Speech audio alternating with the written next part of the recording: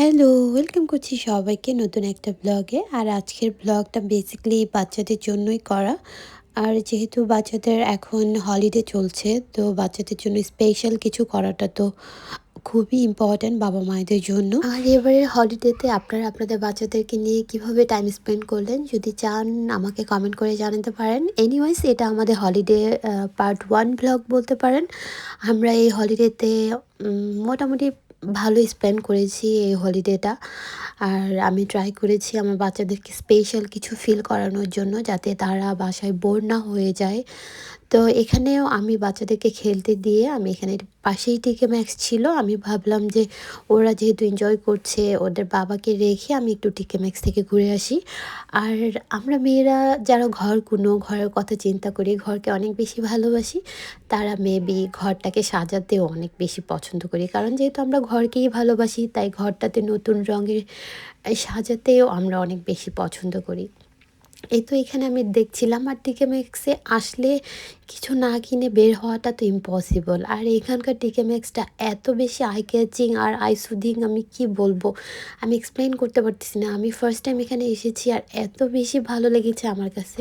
আর সবচেয়ে ইম্পর্টেন্ট কথা হচ্ছে আমার কিছু ক্রোকারিস আইটেম কেনার প্রয়োজন ছিল, তো আমি সেজন্যই বেসিক্যালি এখানে গিয়েছিলাম। বাট আমার তেমন কিছুই পছন্দ হচ্ছিল না, দামেও কনভিনিয়েন্ট ছিল না আমার কাছে।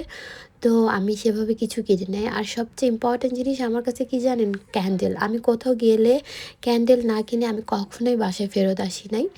তো আজকেও সেমটাই হয়েছে। আমি কোনো কিছু কিনি আর না কিনি, আমি ক্যান্ডেল নিয়ে ডেফিনেটলি বাসায় আসবো। তো এইজন্য আমার হাসব্যান্ড, আমার বাচ্চারা, আমার আমার মাঝে, মাঝে আমাকে আমার কে অনেক বেশি আমাকে দেখে হাসাহাসি করে। তারা বলে যে আমি কিছু কিনি না কিনি ডেফিনিটলি আমি কামব্যাক করব ক্যান্ডেল নিয়ে। তো এখানেও আমি ক্যান্ডেল কিনেছিলাম, আরও কয়েকটা জিনিস কিনেছিলাম। বাট যেটার জন্য যাওয়া হয়েছিল সেটাই কেনা হয়নি। এনিওয়েজ এইসব জিনিস মেবি আমার কাছে মনে হয় ক্রোকারিসের আইটেমগুলো কিনতে একটু টাইম নিয়ে কিনতে হয়।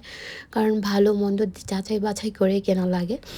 এরপরে বাসায় চলে এসেছি, আর কোনো কাপড় চেঞ্জ না করে বাচ্চারা অনেক বেশি হাংরি ছিল, বাইরে জাস্ট আইসক্রিম, ক্রিপস আর টুকিটাকি এগুলোই খাওয়া হয়েছিল। তো আমি ভেবেছিলাম বাসায় গিয়ে তাদেরকে ফ্রেশলি হোম কুকড খাবারই দিব। এরপরে বাসায় এসে আমি পিৎজা, চিকেন আর ওয়েজেস বানিয়ে দিয়েছিলাম। আর আমার বাচ্চাদের এক্সপেকটেশন খুব বেশি হাই না। তাদেরকে আপনি যা দেবেন তারা তাতেই হ্যাপি। তাদের এটা ওটা খেতে হবে বা এটা খাবে না সেটা খাবে না এমন কিছু না। তবে হালাল আইটেম তারা ডেফিনেটলি যেখানেই যাক তারা খোঁজে যে এটা হালাল কিনা, এটা খাওয়া যাবে কিনা। আমি যদি বলি খাওয়া যাবে এই। তো আজকের ব্লগটা এইটুকুই, দেখা হবে নেক্সট ভিডিওতে। ততক্ষণ সবাই ভালো থাকবে।